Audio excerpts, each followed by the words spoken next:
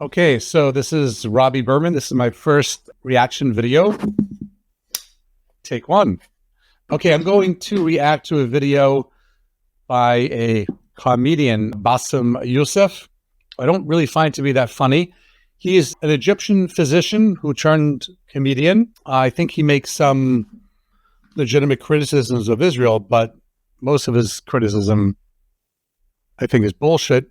And I like to call him out on his bullshit, if you don't mind. So join me on this little ride. I'm not going to show you all the videos. I've written down some stuff. And let us watch Bassem hang himself with his own words. What is the going rate today for human life? I mean, 2014 was a great year for Ben Shapiro. 88 Israelis were died, and there was 2,329 Palestinians killed on the other side. So I just like his choice of words. He says a certain amount of Israelis were died, and the Palestinians were killed. It's a little bit funny, although not so much funny. Let's see what else we have here. What would you think would be the appropriate way for the country to respond? I would do exactly like Israel did, kill as many people as possible, since the world is letting me do it. I mean, so this is what he does over and over again. He doesn't answer the fucking question. The question is, if you were in Israel's place and you just had 1,200 of your citizens murdered, children, old people, raped, abused, breasts cut off, penises shot off, women shot in their vagina, people burned, maybe alive, we don't know. What would you do? And he's trying to be funny, but throughout the whole interview, he never says what to do, except at the very end. And I'll play that for you later. I remember all this. So my question for you is, I know. What would you think would be an appropriate response by Israel to what happened? Well, these are years of disproportionate responses of Israel. So again, he doesn't answer the question. He's asked, what would you do? What would you do? He doesn't answer the question. What is the proportionate response? But I don't know. But there's no Hamas in the West Bank, and they're still dying there. So what's your excuse? So first of all, he doesn't answer the question, and his bullshit about there's no Hamas. Whether you call them Hamas or don't call them Hamas is irrelevant. The point is, there are people in the West Bank who also want to kill Israelis. So that's a ridiculous thing. Second of all, there is Hamas in the West Bank. They just arrested, the Israeli security services arrested, I think, over 1,000 Hamas agents, and over 75% of Palestinians said they support what Hamas did. They affirmed the West Bank. So he doesn't answer the question, and he also misleads people and misinforms people. That's like Arabs were giving so many chances for peace. That is not true. As a matter of fact, all along history, Israel didn't give an inch of land by peace. 1973 war, they gave back Sinai because Egypt initiated the war. So now he's saying bullshit. Israel never gave back land for peace. Israel did give back land for peace. Yes, it is true that for a while there were people that thought that Israel was trying to hold on to the West Bank, as clearly they are now. But back then, the people thought that. But initially they said after the 6-Day War that people were saying in the government, let's wait for them to call us and we're going to exchange the land for peace. And that didn't happen until 1979, when Israel did indeed get back the Sinai Desert, which had 3 oil fields, as Israel doesn't have any oil, 3 oil fields, as well as 2 or 3, I forget, I think 3, as well as twice the size of Israel. So, and an incredible buffer between it and the largest Arab army in the world, the Egyptian army, and yet Israel gave it back for peace. So you want to say, oh, they didn't have great intentions. They only gave it back because they were attacked in the Yom Kippur War. Okay, whatever the reasons are, Israel gave back land for peace. So Bassem Youssef is a fucking liar. And he does this all the time. He thinks he's cute. He has his beautiful blue eyes or gray eyes that just shine, and he bats them. He's a fucking liar. 2006, they went out of south of Lebanon because of the resistance they have. Even the disengagement of Gaza, they didn't do it out of the goodness of their heart because they had too much casualties. And even the Oslo Accords, the peace treaty, the one that Isaac Rabin and got the Nobel Prize, they did it because of the Intifada. So what is the message that Israel is giving to the Arabs? I will never give you anything with peaceful resolution. You will always have to fight for it. What difference does that? But what difference does that make? I mean, they were willing. They signed the Oslo Accords. Israel. It cost the prime minister his life. We in response, we got massive bus bombings. When I say massive, I don't mean 1 or 2 or 3. I mean dozens of bus bombings, thousands of people dead, thousands of people injured. Country was traumatized. It wasn't like Israel didn't make an effort. I'm not saying Israel doesn't bear the blame for a lot of the reasons why the peace process hasn't worked out, but so does the Palestinians. And Bassem's like, he's like a black and white guy. Like, he should get more into the color of his hair, more gray. There's a lot more gray in the world, Bassem. It's not, Israel's not the devil and the Palestinians are all saints. Let me tell you. Do you not think that, for example, Bill Clinton feels this very strongly, that there was a great deal to be done? We have decided we are going to get rid of Hamas. There are 40,000 or so Hamas terrorists in their eyes who need to be got rid of. And I do believe they're terrorists. Only terrorists can commit the kind of act of terrorism we saw. So can we, on that point, can we agree on that? Do you believe Hamas is a terror group? It is what it is classified by America as. I'm not a big fan of Hamas, and they are a militant group that does like stuff like. Are they terrorists, do you think? Yeah. Okay. So we agree on this. So I just want to, like, he goes, are there a terrorist group? And then he says, well, there are terrorist group is defined by America. So he doesn't say it. He doesn't say. He makes him pull it out of him. He makes him pull it out of him. So you have 40,000 of them living in Gaza amongst the civilian population. If Israel has decided to eliminate a terror group, Hamas, as the world did with ISIS, for example, and I think there are a lot of parallels given the way they behaved on October the 7th to ISIS, how do you do it? How do you do it if you don't do it the way Israel is currently trying to do it? Exactly, not the way that Israel does it. Because if you have one of the most advanced military powers in the world, and it takes you 3 weeks, 9,000 Palestinian civilian deaths, 21,000 injured. As we are talking right now, Israel just bombed Jabalia. So we can go on here, but he doesn't answer the question.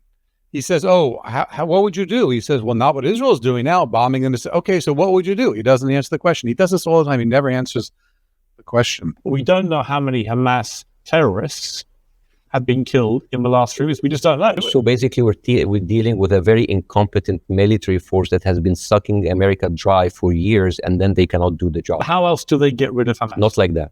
How do they do it? I don't know, but not like that. Because okay, so again, he just says, I don't know.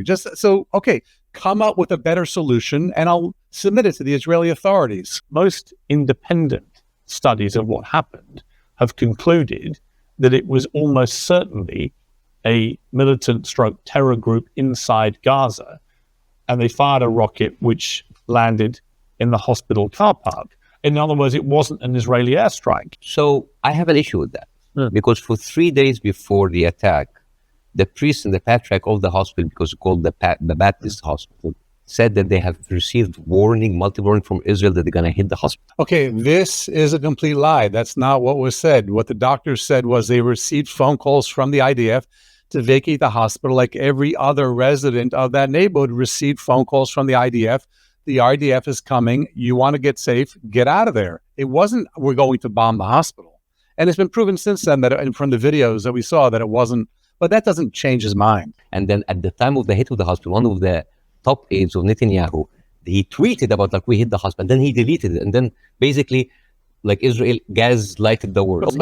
But that's why I said most independent. No, that's not true. New York Times actually like just published something to prove that it was shot from Israel. And the thing is, No, they didn't. Okay, numbers. They didn't show lies. They just lies. Okay. The New York He's just Times a is not fucking liar. that it was Israel. No, they said He's a non-funny fucking liar. And That's not true. over 10 No. years, Hamas he's a nuffle. launched 35,000 rockets into Israel. Many failed. They killed 69 people, and 25% military, only part of them were civilians. So over 10 years of 35,000 rockets, they killed 69 people.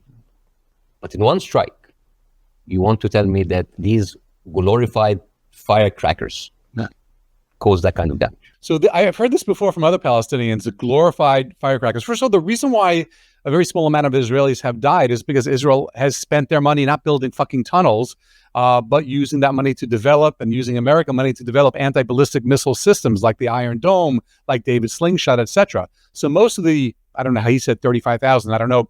First of all, he's lying again. It's not 10 years. It's like 15 years. It's close to 20 years of receiving missiles from 2007, I think, from the minute Hamas took over. So we're talking about like 15 years of us getting missiles, but we shot them down. That's why. So they're not firecrackers. They don't do no damage. They don't do firecracker damage. It's just that we've shot down the missiles. And those missiles that have hit in places where there are people, those people get killed. People have been killed.